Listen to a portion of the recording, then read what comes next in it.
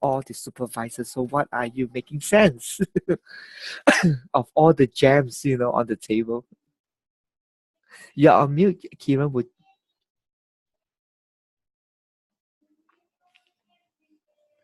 Kieran, Much go ahead. appreciate the feedback. I've learned quite a fair bit on the way I question, and is the again, I mentioned the incisiveness, of the questions that leads to the answer. So my learning would be to practice coaching, and so that could help with uh, uh, the right questions, because just by changing a little bit, as you have pointed out, what does this mean to you personally, actually has a different effect of why is this important for you. So I'm learning those, and also the level of connections. And I didn't really feel that a deep connection in this. I was trying to give space for the conversation, and somehow, drawing, and of course there were some audio disturbances that makes it a little bit harder to listen as well. So I couldn't really pick up quite some of the keywords that she said, and I have to ask her to repeat, and that actually breaks the flow as well. Yeah. Agree. And before we get into the space of practicing and mastering the skill, what are you learning about the way you are connecting with the clients when you are having a coaching conversation?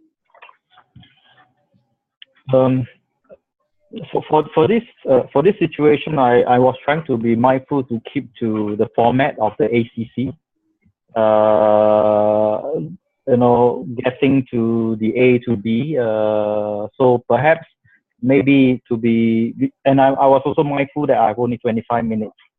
Yeah. So that's the reason. Perhaps not trying to maybe let it flow a little bit more naturally. So it felt like there is kind of a pressure point. Mm-hmm. And when the pressure point is activated, what are you learning about your default style? The pressure point for this conversation primarily is keeping, for me is to at least practice the questions, keep to the format, keep to the So flow. I heard that. My attention to you right now is, Yeah. what are you noticing about what that pressure point is showing to you about your default style? In what area when you mention default style? Your default style in you making an effort to connect to the client. Okay. Don't be so quick to answer. I need you to reflect back, and start to notice yourself when the trigger point is released. What are you seeing and learning about you, the way you are connecting with the client? Mm-hmm. I see my connection is mainly more with the situation. Yeah, you got it. Even though you hold the space very well for the clients, I would say that is what you have learned over the many years of being professional. But when you really peels that away, your default style is really, still focusing on the content. That means at the heart, when everything is taken off, the connection is at the logic level, and that's your default style. Well, the space doesn't look like that, but where it's coming out from is a logic. And the point of appreciation, or the point where you can then consider more, is how can we be holistic in the way of we supporting people. Holistic in the sense that it is not about having both parts, but it's about integrative. And I think my new research work, as I stumbled upon lately, is holistic is not really the keyword that we are trying to express. What we really want is integrativeness. How can we integrate the whole of the clients, having the mind and the soul, totally in one piece. And what this recording has revealed to you is that, while being strong at the logic level, somehow something has missed. You have missed something that allows you to really serve the clients at the deepest level, where the change that you can co-create together with the clients is something go beyond the facts and logic. Yes. It's about the clients truly reconnect the facts and logic with herself as a being. Yes. Yes. Yeah. Yes. Good. Yeah. I'm going to invite Sue to come in to cook the dish together. Because I think that's what Sue has brought out powerfully. And I would like Sue to continue on here. Is how Sue, anything to add on?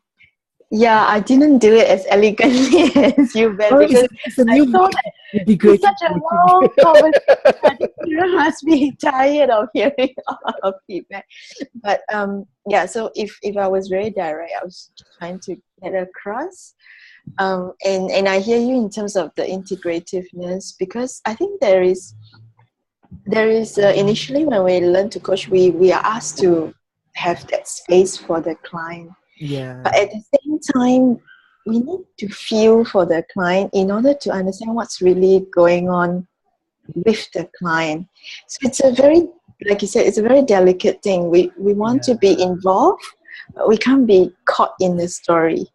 Yeah, I don't know how to describe it, but someone once told me a story. It's like there's two persons, you and your client, you're holding hands, and you're feeling your way through a very dark cave. Right. And the client is trying to find a way. So the client is in front.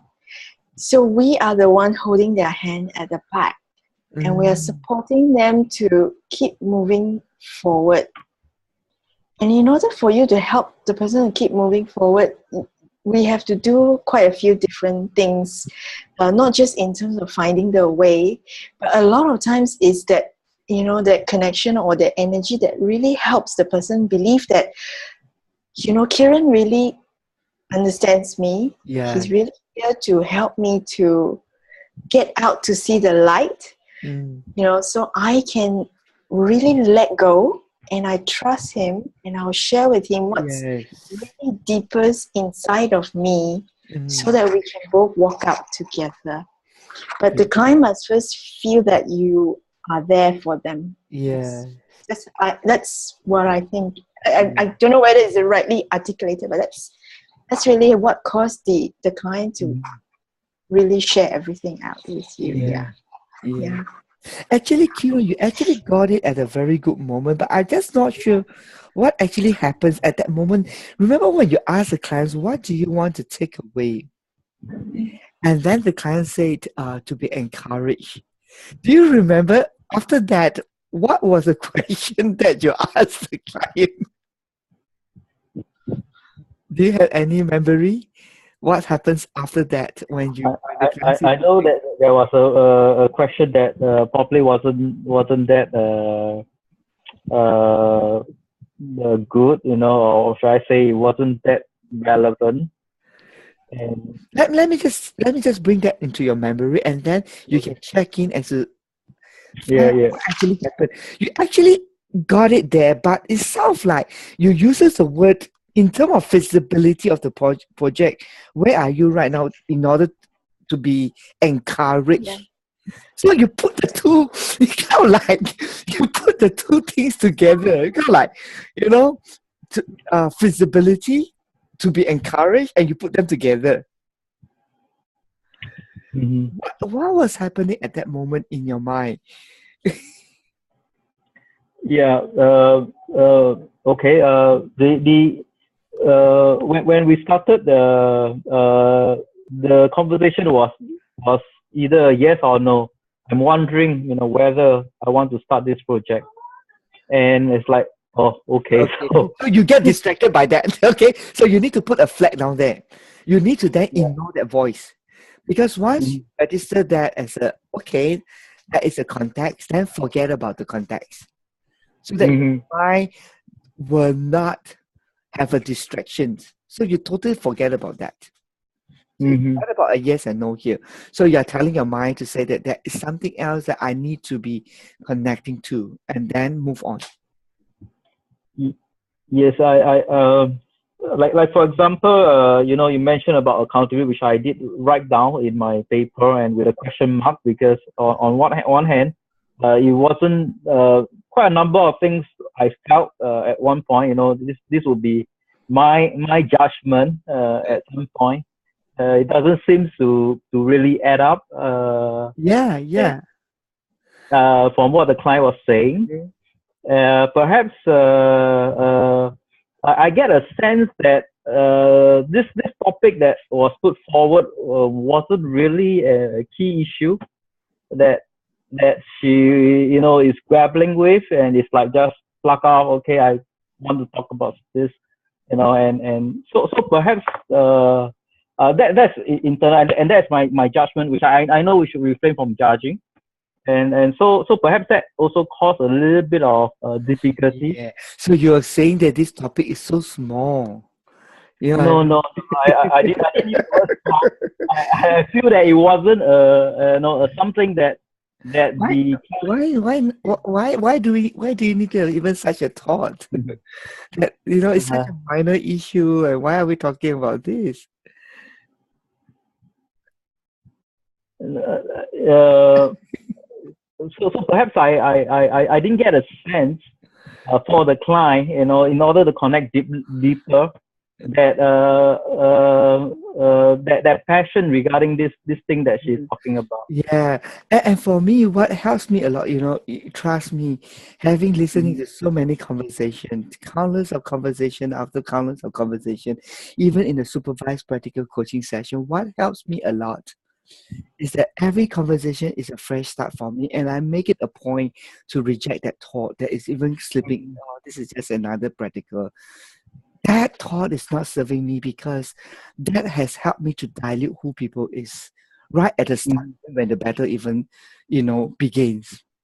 And if I can just not having that even seated in right at the onset of my mind, it really helps me to position myself even much more powerfully to truly bring out the greatness in other people.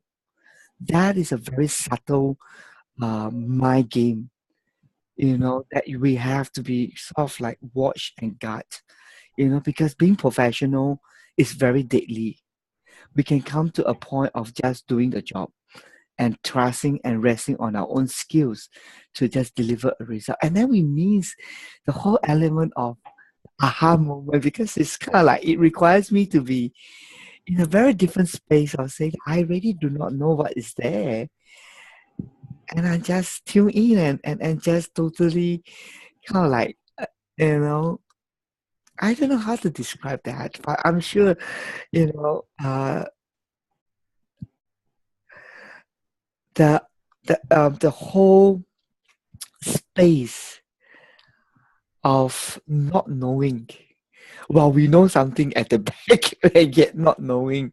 It kind of like interplay around kind of thing makes this kind of transformative conversation a uh, very beautiful art piece, as in, yeah, painting it. I'm not sure, but let me just get input from Martin and Nock and Sophie to chip in to see what else can we co-learn together from this experience. Sophie, no, can Martin, anything else you would like to add on to this exciting space of conversation? Yes, something related to what has just been said about judgment. We all tend to have judgment, but with practice, Yeah. we learn to quiet that first impression. And this is all based in one fact: what is the added value, or one of the added values, of the coach versus the friend or the spouse? Or if they wanted someone to judge their question and to help them list pros and cons, or do I do this project or not, they would go to a friend. They would not go to a coach. Yeah, agree. The added value of the coach is the foundation is our unconditional support. If we are not able to unconditionally support our client, maybe it's not the right client for us, and we should be honest and refer them to someone else. If the client is there in the session, it means we have accepted this client in our business after questioning their background, their goals. If we have accepted this client, means we will support whatever. So maybe the question does not make big sense for us. Maybe we think it's small, and this is something. This is natural, but what we can change. We cannot change this thought coming, but what we can change is the way we react to it. Say, okay, for me this question is small, but wait, she brought this question to a 30-minute session. So for her, we are sure it's important. It would not be for us, but one thing is sure, and this is a twist of our thinking we can learn. We cannot avoid the thought coming up, but we can twist our reaction and say, and we can also ask, what makes this the most important topic for you today to bring up today? What makes this the most pressing issue on your mind right now? Agree. So they will say. Agree. And I really enjoy that a lot, Martin, as in it's really a turning point for every conversation.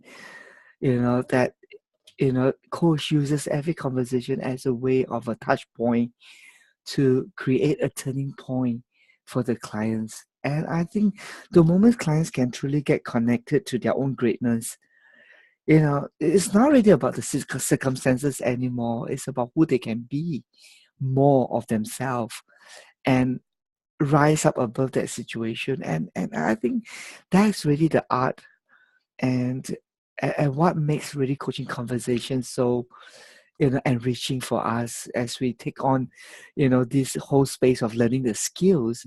I believe it's also at the same time molding us into a stronger being as a coach, of someone who can draw out the greatness and really opens up our heart for a greater capacity.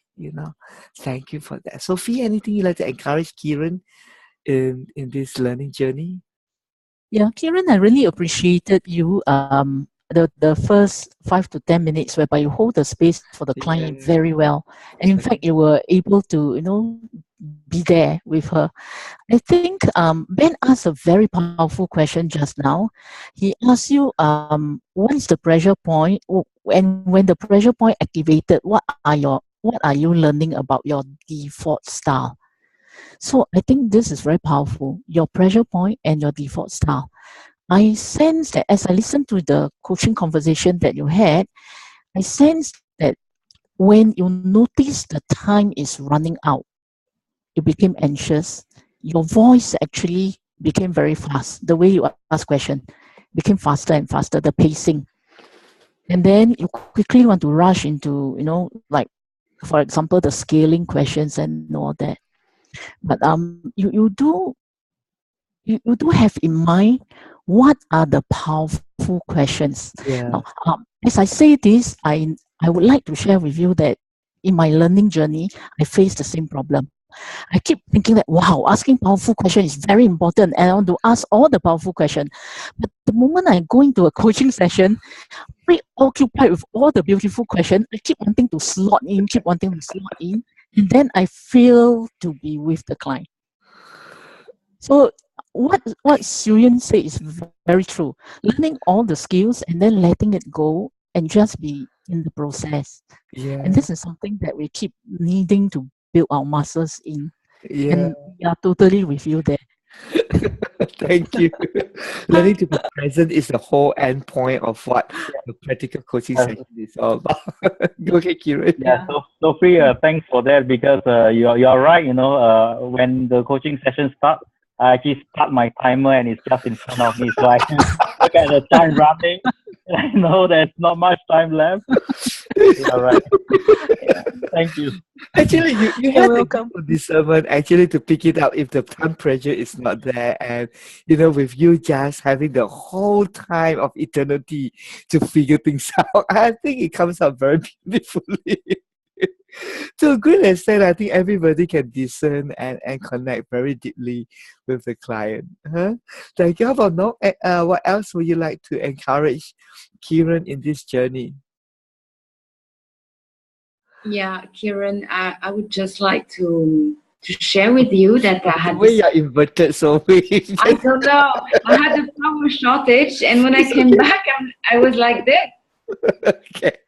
Sorry about that. Uh-huh. So yes, I also had the same experience, just like what Sophie told, and also about being a bit judgmental. It happens to me sometimes, thinking, "Oh no, not this kind of conversation again." No, but then it's helpful to think, to have this thought, and to notice it, and after that, you can be fully present.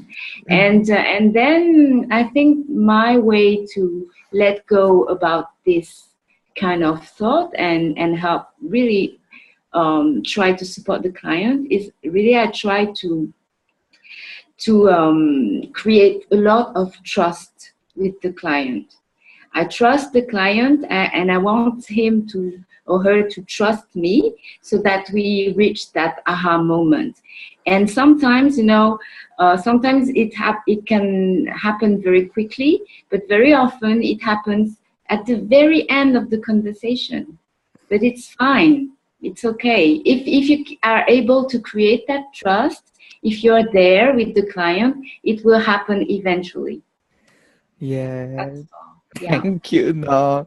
How about Tanya? Any word of encouragement for Kiran as your junior?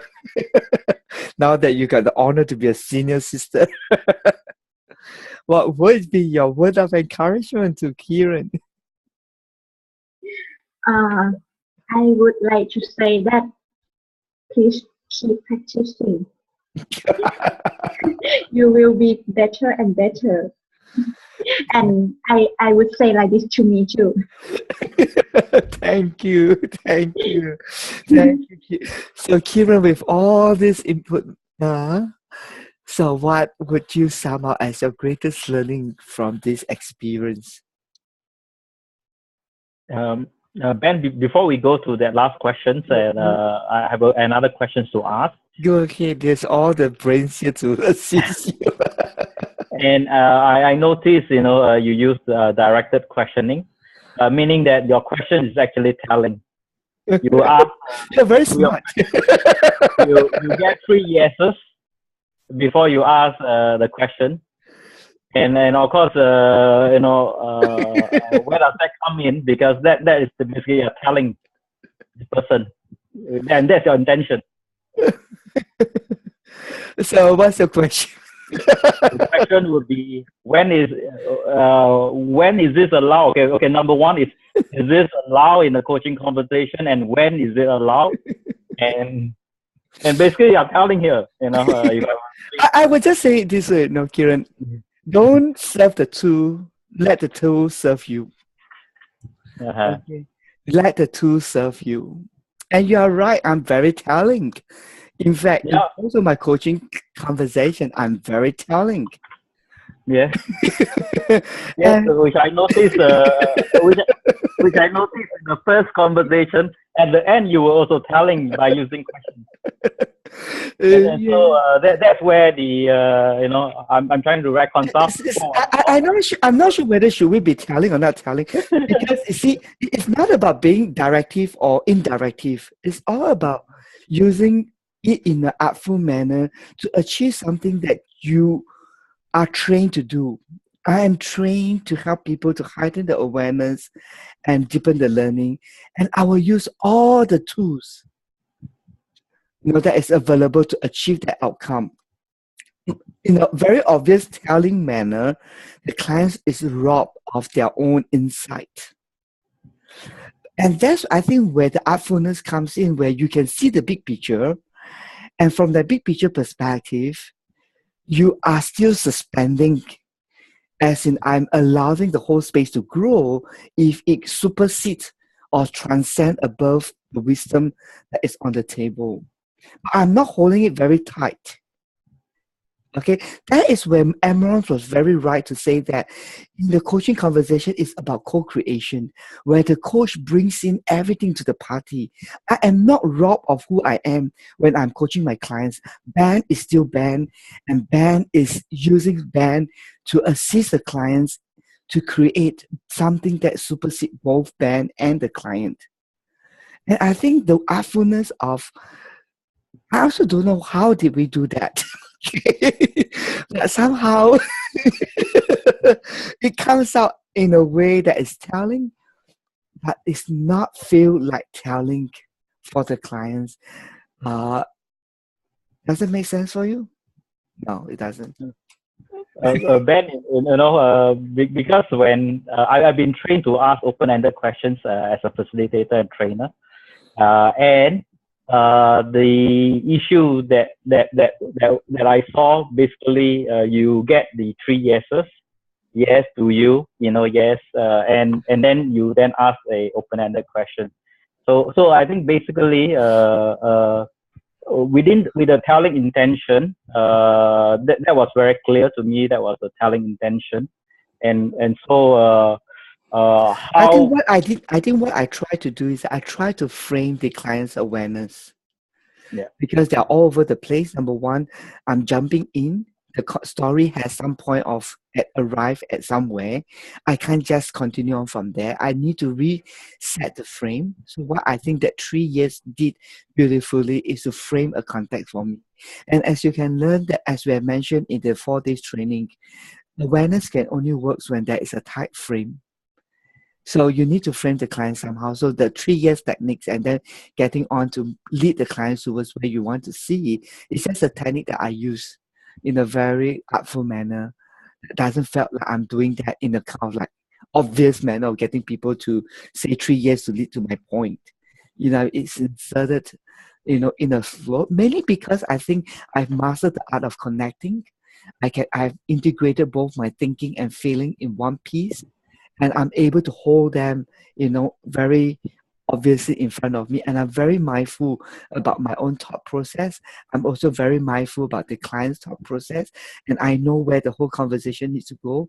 So with all that multi-processing that is happening, I'm able to somehow hold that space, allowing the techniques to serve me rather than me serving the technique. Because if the 3 years doesn't work, then I may do something else. I will get the clients to describe a metaphor. But whatever that I'm trying to do, those are techniques that to frame the client's to frame the client's context, so that then I can then divert her attention to what that frame is, to get that precision of what can you learn here. So it's about really framing, not about telling. The intention is a telling intention because I'm doing a directiveness. I'm doing a directed, guided conversation with a deep focus point. So I have to be telling in that regard. It's not the beginning part of the conversation where, I'm blowing up the balloons. Balloons are there already. And what I'm trying to do is to tighten up the clarity to help the clients to get the final piece on what really matters most for her, which is, we call that the dynamic gap. That is not there, not noticeable by the client. Good.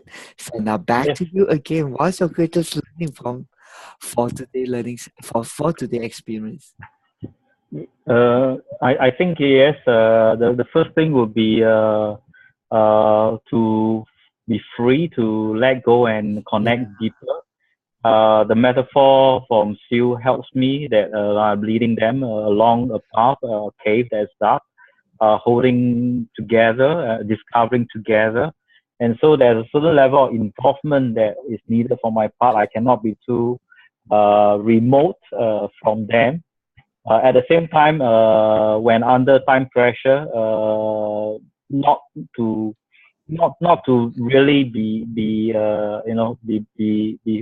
be framed or be boxed in by that. Enjoy the journey, the conversation, and not rush Mm-hmm. through the framework. So yeah, I think I'm learning a number of key points which I wrote down as well, and yeah. Great, and thank you. And I'm sure this is going to be another breakthrough for you in your journey of people developments as you begin to appreciate your default style and then learn to manage it in such a way that it's not going to be a strength that is overdriven, but a strength that can be properly managed, and allowing the other part of you to rise up, and then combining both the two elements to co-create a new identity, in moving forward. So we are looking forward for that breakthrough. So I'll be listening to your last recording. Okay, thank you, Kieran. So we are looking forward for your reflection. Yes. Time to reflect deeply about what you learned, and then post that into the forum, so that your classmate will be able to gain and benefit from this journey too. Okay, thank you, Kieran. Take care. Bye. Thank you, Kiran. Good. Thank you. Bye. Great. So, Bye. Bye bye. thank you.